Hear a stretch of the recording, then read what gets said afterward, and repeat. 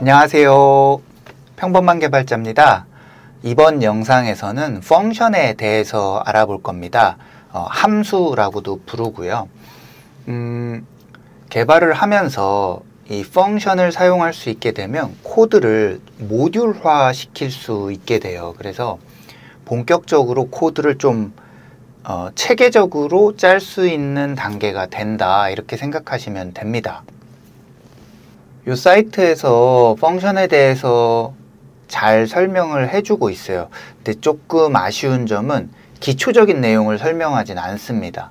그래서 이미 펑션이 무엇인지 잘 파악하고 있으신 분들이 다트에서 말하는 펑션의 특성들을 한 번 더 살펴보는 용도로는 적합할 것 같아요. 그래서 아주 초보자가 펑션이 무엇인지 배우기에는 좀 내용이 어렵습니다. 참고하시면 좋겠고요. 초보자분들은 펑션이 무엇인지 배우신 후에, 개념을 잡으신 후에 요 링크 들어가셔서 다트에서 말하는 펑션의 특성들을 좀 더 깊이 있게 배우시면 좋을 것 같습니다. 자, 일단 우리는 펑션, 함수가 무엇인지 좀 알아야 됩니다. 지금 제가 여기 이렇게 이미지를 좀 만들어 봤는데요. 함수를 큰 그림에서 이해하는 게 중요해요. 이 이미지는 우리가 중학교 수학을 배우거나 할 때도 함수를 표현할 때 많이 봐왔었습니다. 아무튼 제가 펑션이라고 부르고 있는데요. 함수입니다. 함수. 한국어로 했을 때. 요 함수의 역할은 뭐냐면, 프로그래밍을 하면서 뭐 변수도 선언하고 루프문도 돌리고 뭐 리스트도 만들고 막 여러 가지 한 10줄 정도 되는 실행문을 작성을 했다고 해보죠. 요 실행문을 하나의 명령으로서 묶어서 실행할 수 있어요. 그게 함수예요. 그래서 여러 줄의 실행 구문을 묶어서 하나의 명령으로 수행할 수 있게 만들어주는 거, 이걸 우리가 펑션이라고 부릅니다. 이 펑션을 사용하면 그럼 뭐가 좋냐면 코드를 모듈화하기가 좋아요. 그러면 재사용하기가 용이합니다. 모듈화하는 특성이 있다, 이렇게 이해하시면 되고요. 이 이미지에서 보시는 것처럼 함수에는 인풋과 아웃풋이 있습니다. 인풋과 아웃풋을 가질 수 있습니다. 없을 수도 있어요. 자, 통상 함수에서 말하는 인풋은 파라미터라고 합니다. 매개 변수라고 표현을 하고요. 제가 한국어와 영어를 섞어 쓰는데요. 사실은 영어적인 표현을 쓰시는 게 더 편합니다. 그래서 가능하면 영어적인 표현을 써보도록 하겠습니다. 인풋은 무엇이냐? 파라미터라고 생각하시면 됩니다. 파라미터의 구체적인 내용도 뒤에서 우리가 배울 건데, 이 파라미터를 통해서 함수 실행문으로 뭔가 값을 전달해 줄 수 있다, 이렇게 생각하시면 되고요. 아웃풋을 우리가 return이라고 부릅니다. 이 함수의 실행문, 여러 개의 실행이 있을 거고요. 이 실행문의 결과문을 이렇게 아웃풋으로 내보낼 수 있어요. 우리가 그것을 return이라고 합니다. 이렇게 설명을 들었을 때 아직 머리에 와닿지 않아요. 함수가 무엇인지. 앞으로 계속 반복해 가면서 함수를 연습할 거예요. 그러니까 지금은 큰 그림이라도 머릿속에 넣으려고 노력을 해보세요. 여러 줄의 실행 구문을 묶어서 하나의 단위로 실행시킬 수 있는 게 함수다. 묶는다는 개념. 그리고 묶여진 실행 구문에 인풋을 넣어줄 수 있다. 뭘로? 파라미터란 형태로 인풋을 넣어줄 수 있다. 그 다음에 인풋과 실행 구문의 조합으로서 어떠한 결과를 도출해 내고요. 그 결과를 바깥으로 뱉어낼 수 있다. 그게 무엇이냐? return이다. 아웃풋, return이다. 이렇게 큰 구조를 머릿속에 일단 넣어 보겠습니다. 방금 전 도표로 본 게 잘 와닿지 않는 분들이 있으실 것 같아서 제가 예제를 하나 가져와 봤어요. 도넛을 만드는 기계입니다. 도넛을 만들 때 여기 인풋으로 우리가 밀가루와 설탕을 넣습니다. 그러면 이 도넛 기계 내부에서 밀가루도 반죽하고 설탕하고 섞기도 하고, 이 내부에 이미 들고 있는 뭐 기름이라든지 아니면 열이라든지 이런 내부에 미리 들고 있던 어떤 것들과 조합을 해서 이렇게 최종적으로는 도넛을 뱉어내게 됩니다.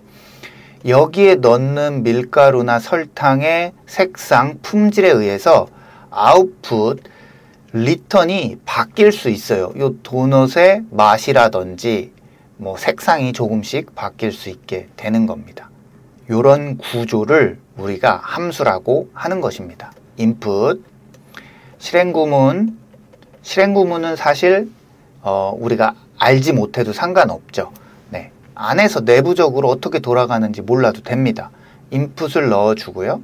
어떤 아웃풋이 나온다. 이렇게 이해만 하면 함수를 사용할 수 있습니다. 함수를 사용할 때는 이 실행구문이 어떻게 생겼는지 몰라도 되지만요. 함수를 만들 때는 실행구문을 우리가 하나씩 다 짜야 되겠죠. 네. 그래서 우리가 함수를 사용을 하려면요. 함수를 정의할 줄도 알아야 되고요. 호출이라는 과정을 통해서 함수를 사용할 줄도 알아야 되겠습니다. 자, 그러면 구체적으로 다트 코드로 함수를 어떻게 표현하는지 한번 알아보겠습니다. 자, 함수는 다음과 같은 구조를 갖습니다. 다트에서 우리가 함수를 만들 때 이런 구조로 만들어야 합니다. 처음 시작은 return type이라는 걸로 시작해요. 이 return type이라는 건 뭐냐면 변수의 타입입니다. 이 변수의 타입이 여기에 지정이 되는 이유는 여기 return 값이 있어요. return value라고 부르는데요. 이 return 값이 어떤 타입인지 결정해 주는 겁니다. 그래서 return type이라는 게 있는 거고요. 자, 그 다음에 함수의 이름이 옵니다. 함수의 이름은 로워 카멜 케이스로 작성해요. 그래서 이런 모양이 되고요. 그 다음에 소괄호가 열리고 소괄호가 닫힙니다. 예시에서는 이 소괄호 안에 아무것도 없는데요. 여기에 input, 그러니까 파라미터를 정의하게 되는 부분입니다. 파라미터는 있을 수도 있고요. 없을 수도 있습니다. 파라미터가 없는 함수도 존재합니다. 만약에 우리가 인풋이 필요하면 이 위치에 어떤 파라미터를 작성하게 됩니다. 자, 그 다음에 이렇게 중괄호가 열리게 됩니다. 이 중괄호의 시작이 바로 실행구문의 시작입니다. 함수의 body의 시작이다. 이렇게 이해하시면 되겠습니다. 자, 중괄호가 열렸으니까 어디선가 중괄호가 닫혀야 됩니다. 이 중괄호가 닫히는 부분이 어디냐? 함수가 끝나는 부분입니다. 이 중괄호까지가 바로 함수의 영역이 되는 것입니다. 자, 우리가 여기를 함수의 body 이렇게 부르고요.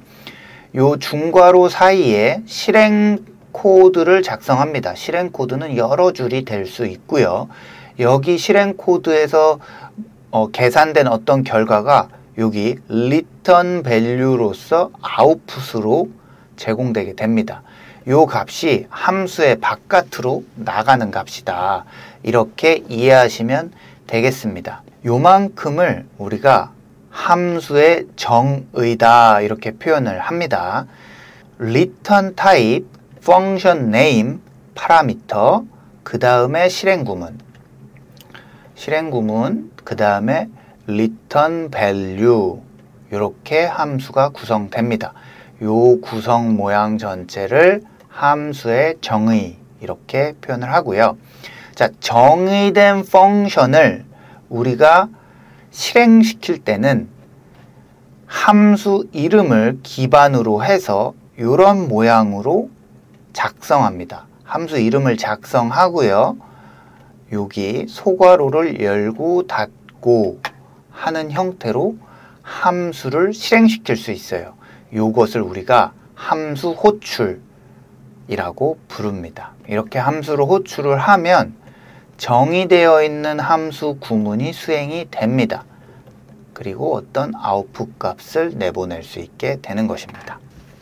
모든 함수가 이런 완벽한 구조를 갖고 있지 않아요. 여기 return 타입이 없는 경우도 있고요. 여기 파라미터가 비어 있는 경우도 있고요. 파라미터가 들어있는 경우도 있습니다. 심지어 이 이름이 없는 함수도 있어요. 그렇기 때문에 꼭 리턴 타입과 이름이 무조건 있어야 된다 이렇게 생각지는 마시고요. 기본적으로 잘 갖추어진 함수라 함은 요 구조를 가졌다. 다만 함수들 중에는 조금 응용된 버전들도 있다. 요 정도로 생각하시면 되겠습니다. 네, 어떠신가요? 함수의 큰 그림은 머리에 들어오셨나요? 자, 실행 구문을 여러 줄 묶어서 단일화된 모듈로 만들고요. 이 모듈에 파라미터라는 형태로 인풋을 넣어줄 수 있고요. 그리고 이 모듈 내에서 뭔가 연산이 된 후에 모듈 바깥으로 아웃풋을 뱉어준다. 자, 요 구조 이해되셨죠? 자, 그러면 함수를 어떻게 활용하는지 아주 단순한 예제를 가지고 시나리오를 가지고 우리가 한번 알아보겠습니다. 자, 이렇게 6줄의 텍스트를 콘솔에 출력하고 싶습니다. 자, 여러분들 같으면 어떻게 출력을 하실까요? 자, 한번 해볼게요. 자, 여기 다트 프로젝트가 있고요. 이 다트 프로젝트에 메인 함수가 있습니다. 메인 함수에 자, 제시되어 있는 텍스트를 콘솔에 출력하는 실행문을 한번 만들어 보겠습니다. 콘솔에 뭔가 메시지를 출력할 때 우리는 프린트 함수를 활용하죠. 이렇게 작성을 해요. 그러면 요게 실행되면, 요 줄이 실행되면 여기에 오늘은 스쿼트 하는 날입니다 라는 텍스트가 콘솔 영역에 출력될 거예요. 실행해 볼게요. 자, 나오죠. 자, 비슷한 방식으로 나머지 줄을 출력을 해 보겠습니다. 이렇게 세 줄의 실행 구문이 있어요. 요거 실행을 하면요, 보시는 바와 같이 콘솔에 이렇게 세 줄이 나왔습니다. 자, 우리가 시나리오에서 제시했던 목표는 이렇게 6줄 나오는 거예요. 위에 세 줄은 방금 출력을 해봤습니다. 자, 밑에 세 줄 출력을 이제 해야겠죠. 자, 밑에 세 줄 출력을 하기 위해서 요 놈을 복사해서 쓰겠죠. 자, 멘트가 비슷하니까요. 자, 그리고 여기 스쿼트 대신에 덤벨 프레스로 이름만 바꾸면 됩니다. 이렇게 위에 세 줄을 복사해서 밑에 세 줄을 만들었습니다. 실행해 보겠습니다. 자, 이렇게 6줄의 목표로 하는 메시지를 콘솔에 다 출력을 했습니다. 자, 위에 세 줄, 그 다음에 밑에 세 줄이 구조가 거의 멘트가 동일해요. 프린트 구문 세 줄을 복사해서 붙여 넣지 않고 같은 모양이니까 이걸 좀 더 효율적으로 만들어 보고 싶어요. 자, 그러면 자, 주석 처리하고요. 효율적으로 우리가 한번 만들어 보자고요. 다른 부분은 전부 동일하고 스쿼트란 이름, 덤벨 프레스란 이름만 달라요. 그리고 목표 횟수 10회냐 19회냐 이렇게만 달라요. 그러니까 프린트 구문을 반복해서 쓰는 거는 비효율이 발생하죠. 일부 다른 부분만 제가 어떻게 처리할지 한번 보세요. 일단 변수로 처리하는 거예요. 자, workout name이라는 변수를 만들어서요, 스쿼트라고 주겠습니다. 자, 그리고 스쿼트라는 텍스트 대신에 workout name을 쓰겠습니다. 자, 요걸 복사를 하고요. 요 workout name에 덤벨 프레스 이렇게 넣어요. 자, 실행해 볼게요. 자, 어떤가요? 목표로 한 모양 그대로 나왔죠? 아, 여기 10회 횟수가 좀 다르죠? 이 부분도 변수로 처리하겠습니다.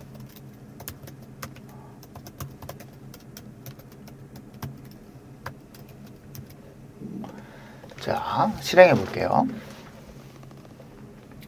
자, 어떤가요? 위에 메시지 세 줄, 목표로 했던 메시지 그대로 나왔죠? 밑에 메시지도 목표로 했던 메시지가 나왔어요. 자, 보면 요 세 줄과 요 세 줄은 완벽히 동일한 세 줄입니다.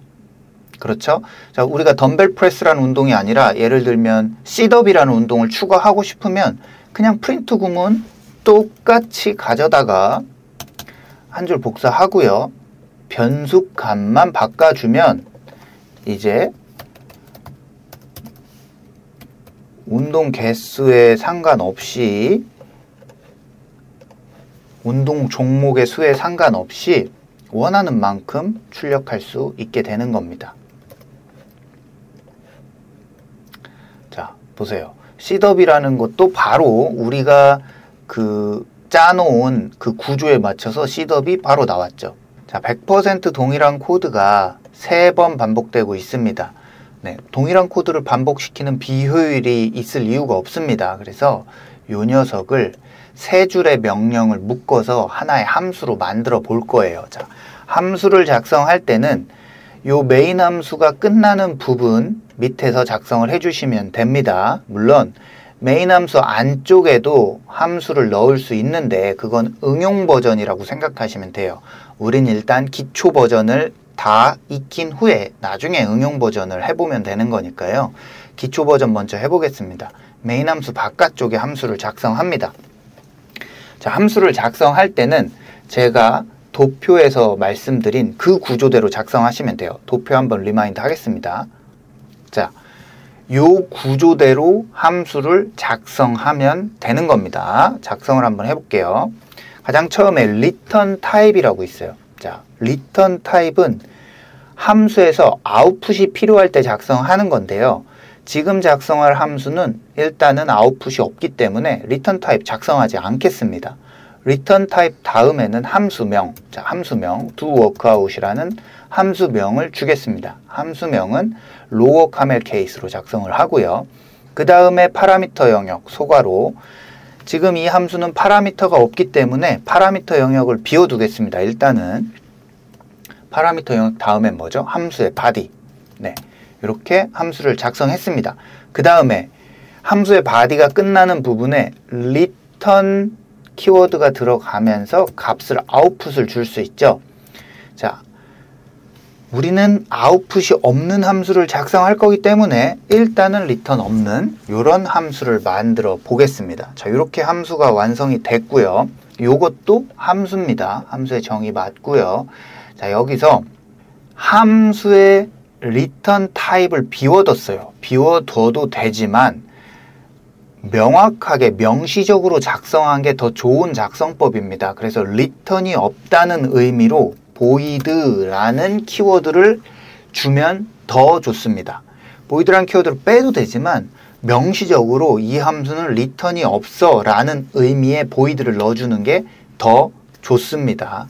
누군가가 해석할 때 훨씬 도움이 되겠죠. 자, 그래서 void라고 넣어주고요.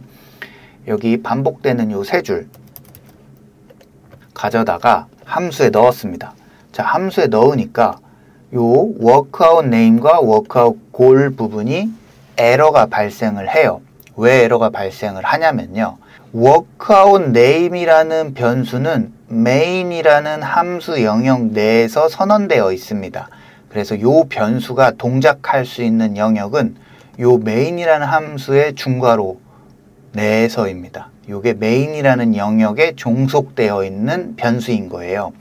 자, doWorkout이라는 함수는 main 함수 바깥쪽에 있어요. 그래서 main 내에 속해 있는 변수가 영향력을 행사할 수 없는 거죠. 요 녀석들을 가져와야 합니다.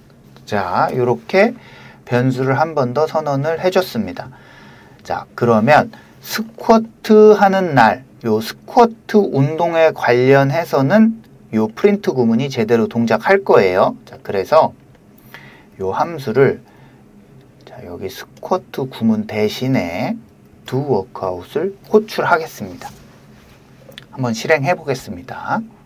원래 프린트 3줄이 작성된 모양 그대로 나왔어요. 자, 목표로 한 모양 그대로 나왔는데 여기 6번째 라인을 보면 원래 프린트가 3줄이나 작성되어 있던 게 doWorkout이라는 한 줄로 축약됐습니다. 매우 간편해졌죠?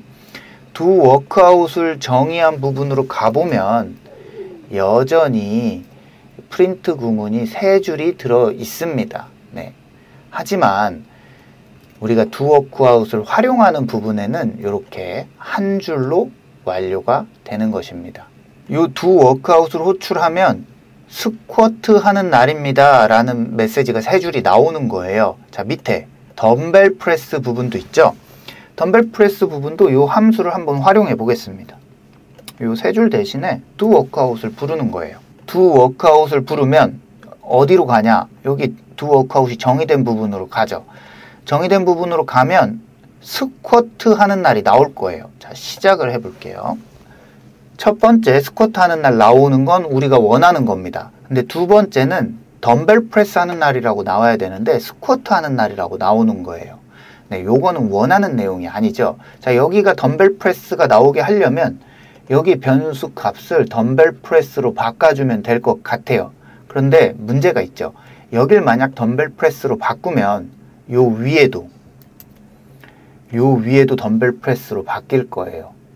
여기도 우리가 do workout에 의해 출력되고 있고 여기도 do workout에 의해 출력되고 있으니까요. do workout에 있는 변수 값을 바꾸면 둘 다 동시에 바뀌는 거예요. 자, 그럼 어떻게 해야겠어요? 호출하는 타이밍에 따라서 요 값, 스쿼트라는 값이 다른 걸로 바뀔 수 있어야 돼요. 이럴 때 우리가 인풋을 쓰는 거예요. 파라미터. 호출할 때 어떤 값을 인풋으로 넣어주고 그 인풋을 활용해서 함수를 실행하는 겁니다. 자, 바꿔보겠습니다.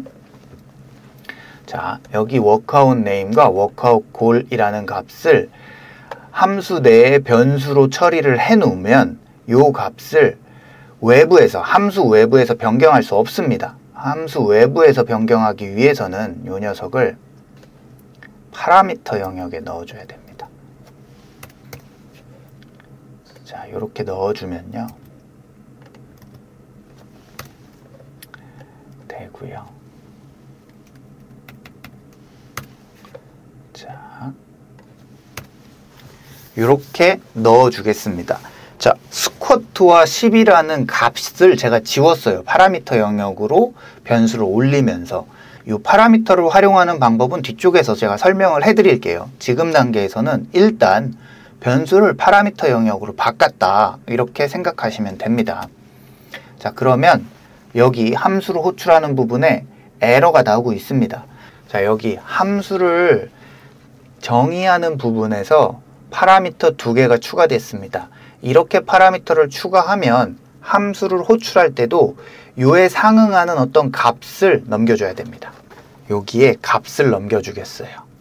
스쿼트 그리고 숫자 10 이렇게 값을 넘겨주겠습니다. 자, 요것과 관계없는 값이에요. 함수를 호출할 때 자, 여기 파라미터 값 우리가 요것을 아규먼트라고 불러요. 한글로 인자값 이렇게 부르는데요. 여기 이 아규먼트와 여기 이 파라미터 매개 변수는 매우 밀접한 관계가 있습니다. 정의, 함수의 정의 부분에 있는 파라미터에 여기 이 아규먼트 값이 할당되는 것입니다. 첫 번째 아규먼트는 첫 번째 파라미터에 할당이 되고요. 두 번째 아규먼트는 두 번째 파라미터에 할당이 되는 것입니다.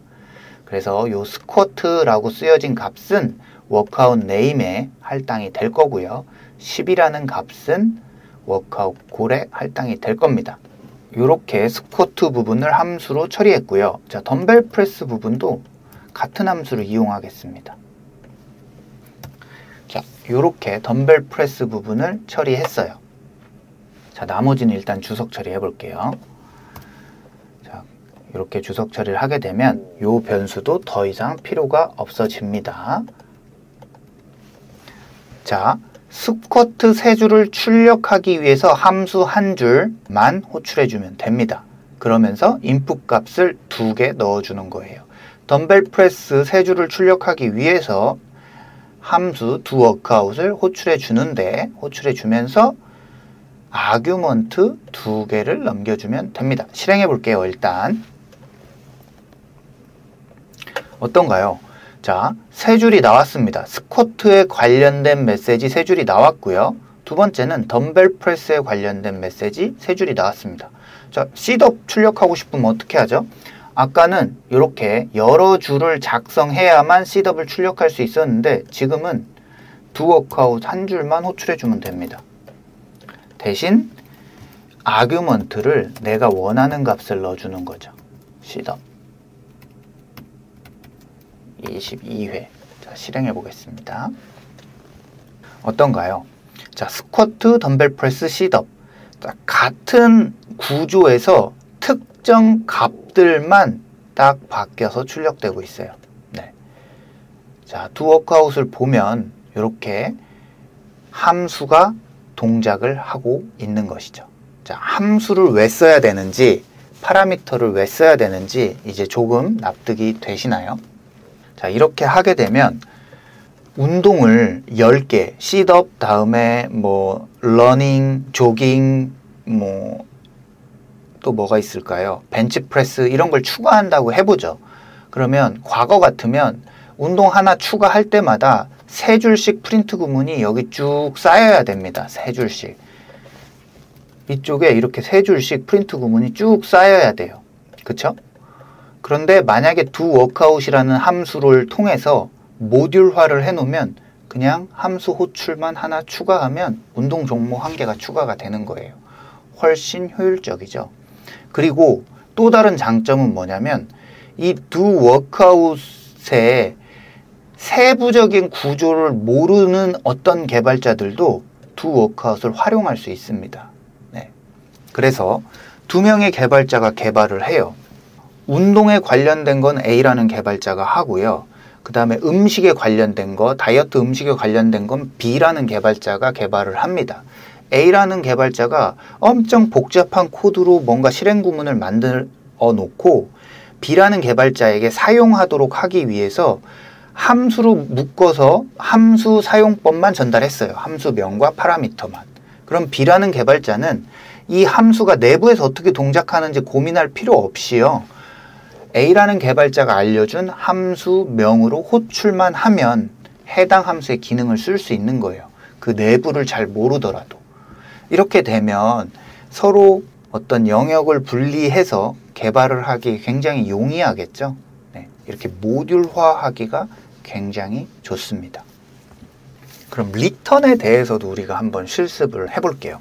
여기 스쿼트를 10회 하겠다, 덤벨 프레스를 19회 하겠다, 시덥을 22회 하겠다 이렇게 아규먼트로 넘겨주고요.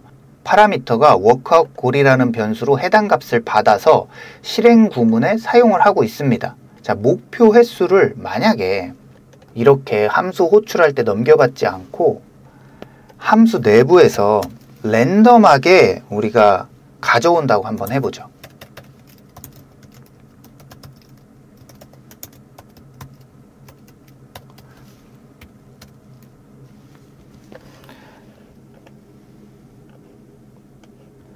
자, 랜덤 값을 만들기 위해서 매스 패키지를 임포트 하고요.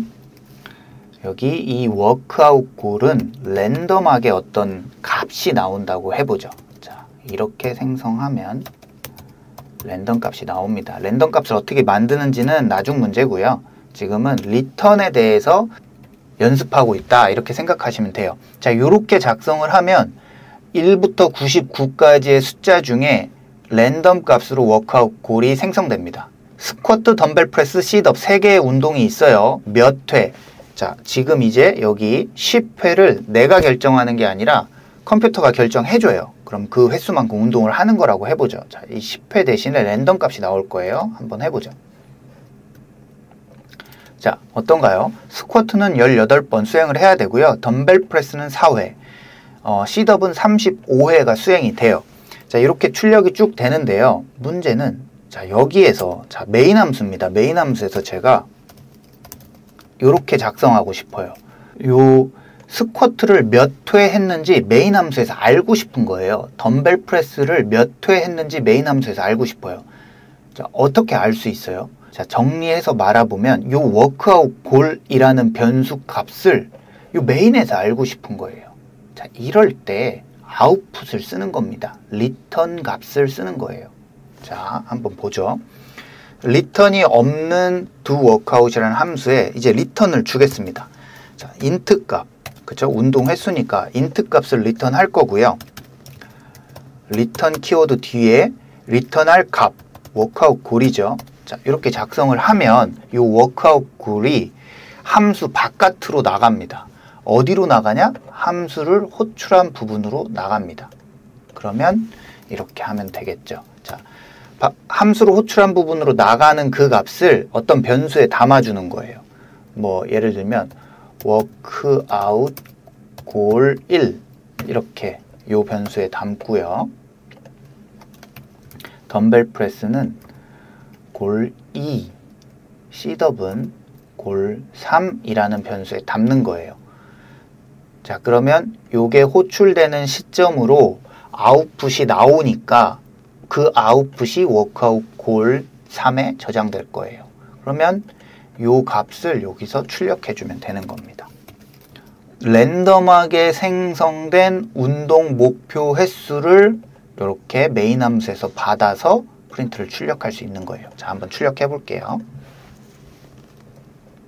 자, 23회, 15회, 79회 랜덤하게 생성됐고요. 요 값들이 아웃풋으로서 호출되는 영역으로 넘어갔고요. 그 값을 받아서 여기 이렇게 출력할 수 있어요.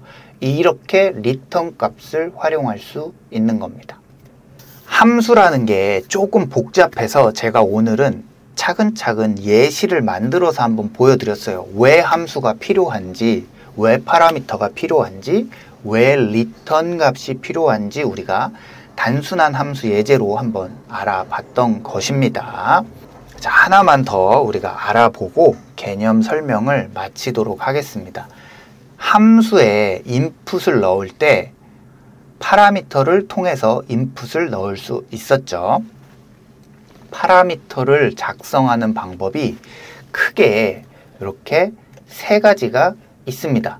우리가 예시에서 제가 작성하던 예시에서 쓴 파라미터 방식은 요 1번 방식입니다. 그 외에도 2번, 3번 방식도 있어요. 요것도 다 많이 쓰이기 때문에 우리가 다 알아야 됩니다. 제가 보여드렸던 1번 방식을 포지셔널 파라미터라고 부르고요. 요 1번 방식의 특징은 필수 값이라는 겁니다. 그 말은 뭐냐? 함수를 호출할 때 아규먼트를 꼭 보내줘야 된다. 필수로 동작한다는 겁니다. 그리고 순서가 있다는 거예요. 첫 번째 아규먼트가 첫 번째 파라미터 값이 되는 거고요. 두 번째 아규먼트가 두 번째 파라미터 값이 된다. 이렇게 순서가 중요하다.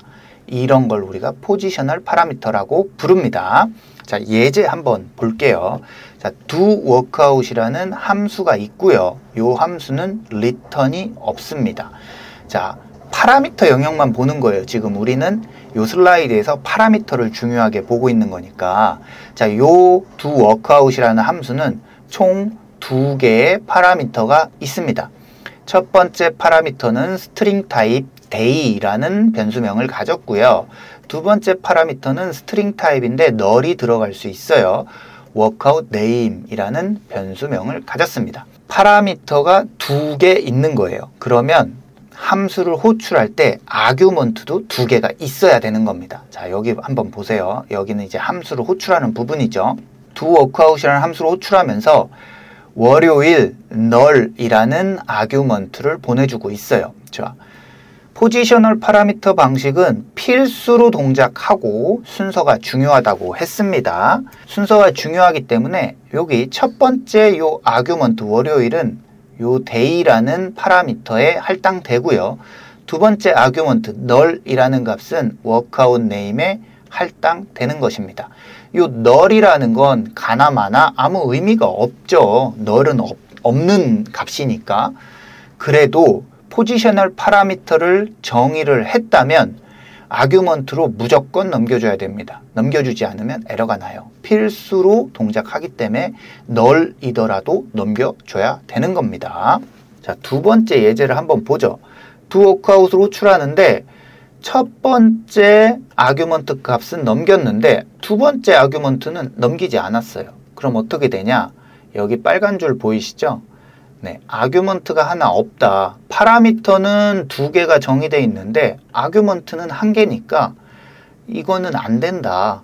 파라미터가 2개가 정의됐으면 아규먼트도 2개 넘겨라 하고 에러가 납니다. 자, 이런 특성을 가진 것을 우리가 포지셔널 파라미터라고 하고요. 굉장히 많이 사용됩니다. 포지셔널 파라미터는 주로 언제 쓰이냐면 파라미터 개수가 1개 내지는 2개 이렇게 단순할 때 쓰입니다. 네. 두 번째 파라미터 방식은 옵셔널 포지셔널 파라미터입니다. 자, 포지셔널 파라미터이기 때문에 여기 있는 포지셔널 파라미터의 그 특성도 같이 가지고 있고요. 무슨 뜻이냐?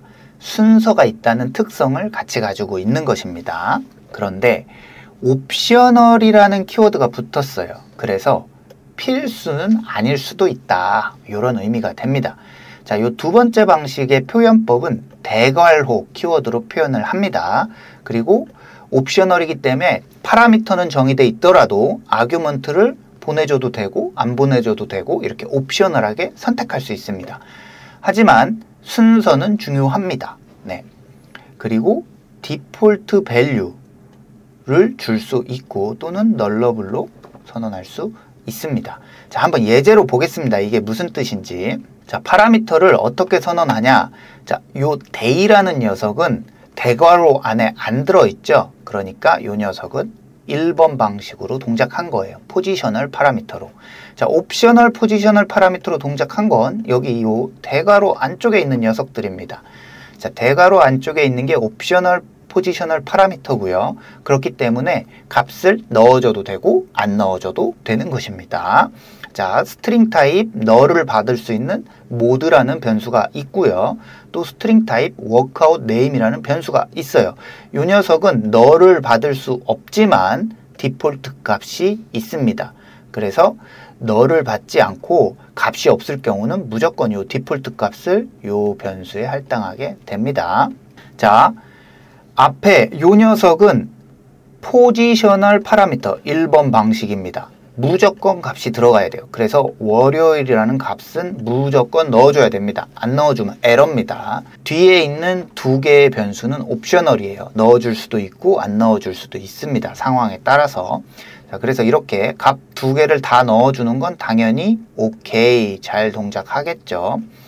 자, 이렇게 앞에 쪽 것만 넣어주고 뒤에 세 번째 값은 안 넣어줬어요. 자, 그러면 어떻게 동작하느냐? 요 열심히라는 값은 요 모드에 들어갑니다. 자, 그리고 요 워크아웃 네임은 값이 안 넘어왔기 때문에 디폴트 값으로 동작합니다. 에러나지 않아요. 왜 에러나지 않느냐?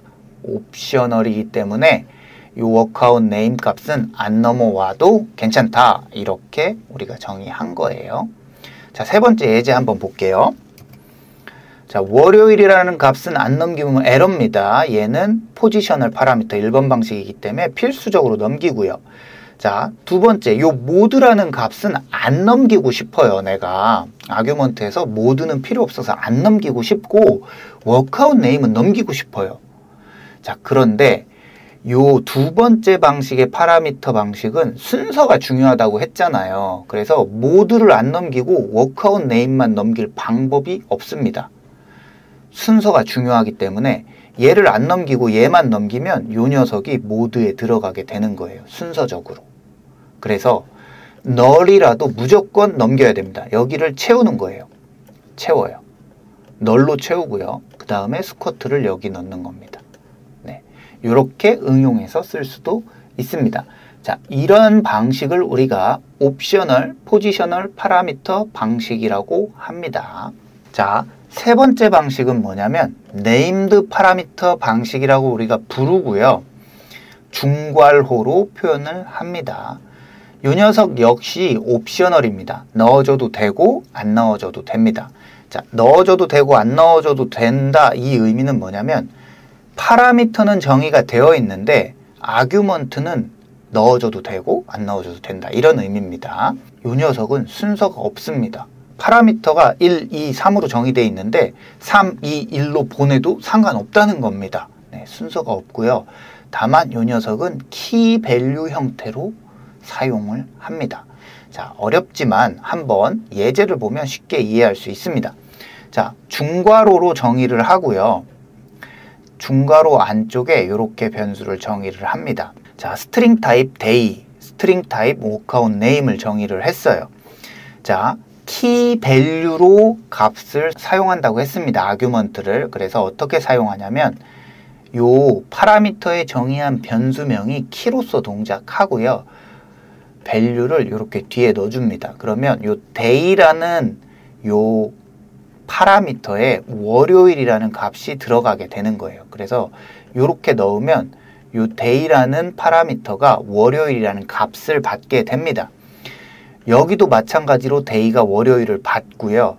요 day라는 값이 뒤쪽에 아규먼트로 넘어오더라도 순서에 상관없이 키 값으로 동작하기 때문에 day에 월요일이 들어가게 됩니다.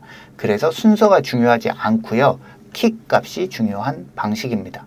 자, 두 번째, workout name은요. 옵셔널로 동작할 수 있습니다. 보내지 않아요.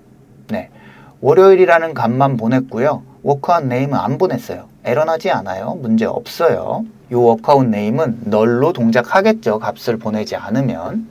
자, 이렇게 보내면 스쿼트 여기 들어가고요. 월요일 여기 들어갑니다. 네, 우리가 원하는 대로 다 값을 보내도 됩니다. 스쿼트를 먼저 보내고요. day를 두 번째 뒤에 보내요. 그러면 이렇게 잘 찾아갑니다. 키워드로 동작하니까요. 네, 이렇게 잘 찾아가게 됩니다. 그래서 이런 방식을 우리가 네임드 파라미터 방식이다 이렇게 부릅니다. 자, 파라미터를 정의하는 방법이 이 세 가지가 있습니다. 너무 복잡해요. 아, 나는 진짜 이 세 가지 다 지금 너무 다 버겁다. 세 가지 이해하는 거는. 그러면 자, 3번 방식만 이해하세요. 내가 함수를 작성할 때는 3번 방식만 쓴다. 이렇게 생각하시고 3번 방식만 집중해서 연습하세요. 작성할 때는 요 3번 방식만 쓰시면 되겠습니다. 그래도 남들이 작성해 놓은 걸 우리가 읽을 줄은 알아야 되잖아요. 그래서 1번, 2번 방식은 해석만 할 줄 아시면 됩니다. 작성할 때는 3번. 물론 나중에는 1번, 2번, 3번 상관없이 다 능숙하게 쓰실 수 있어야 되는데 지금 우리가 이제 초보 단계에서 너무 버겁다 할 때는 3번 방식만 집중해서 이해하시면 되겠습니다. 왜 그러냐면 1번과 2번이 가진 특성을 3번은 모두 다 표현할 수 있습니다. 네. 자, 1번이 가진 요 필수라는 특성 있죠? 3번이 어떻게 표현하냐면요. required라는 키워드로 표현할 수 있어요. required라는 키워드를 준 파라미터는 필수 값으로 동작을 합니다. 네. 그래서 1번, 2번의 특성을 모두 가진 게 3번이다. 내가 1번, 2번을 다 이해하는 게 버거우면 3번만 집중적으로 연습하자. 이렇게 이해하시면 되겠습니다. 펑션, 함수에 대한 개념 설명은 여기까지고요. 조금 어려우실 수 있어요. 함수가. 요 개념 요약에서 머릿속에 둬야 되는 건 큰 그림입니다.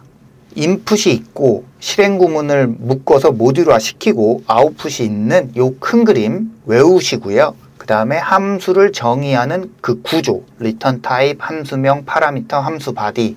자, 요 구조를 머릿속에 담으세요. 거기까지만 담으셨으면 요 개념 요약은 충분히 의미가 있다. 이렇게 생각하시면 되고요. 흐릿한 어떤 부분은 우리가 이제 연습 문제 10개 풀어보면서 좀 더 완벽하게 내 것으로 만들면 되겠습니다. 네, 함수 설명은 여기까지 하겠습니다. 수고하셨습니다. 안녕.